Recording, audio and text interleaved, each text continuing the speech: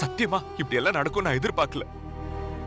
காலையில நான் அவ்வளவு சொல்லியும் என் பேச்சு கேட்காம எதுக்கு நீ மார்க்கெட்டுக்கு போன? உன்னை போலீஸ் ஸ்டேஷன் போய் தானே கம்ப்ளைண்ட் கொடுக்க சொன்ன.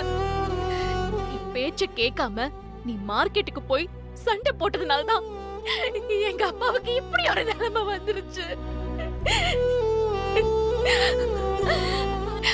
மத்தவங்க மனசு நோக கூடாதுன்னு ஒவ்வொரு வாட்டியும் பார்த்து பார்த்து பேசுற எங்க அப்பாவை இப்படி ஒரு நிலைமைக்கு நீ ஆளாக்கிட்டியே.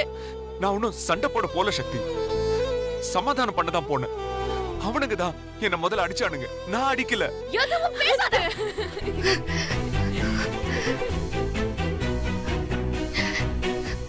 நீ சொல்ற எதையும் நான் நம்ப தயாரா இல்ல. நீ சொல்றதெல்லாம் முழுக்க முழுக்க போய். எப்ப பார்த்தாலும் அடிதடி வெட்டு குத்துன்னு அலையிற உனக்கெல்லாம் எதுக்கு கல்யாணம் குடும்பம்? அப்படிலாம் என் வாழ்க்கையில விளையாடுதான் என்ன துரத்தி துரத்தி காதலிச்சியா?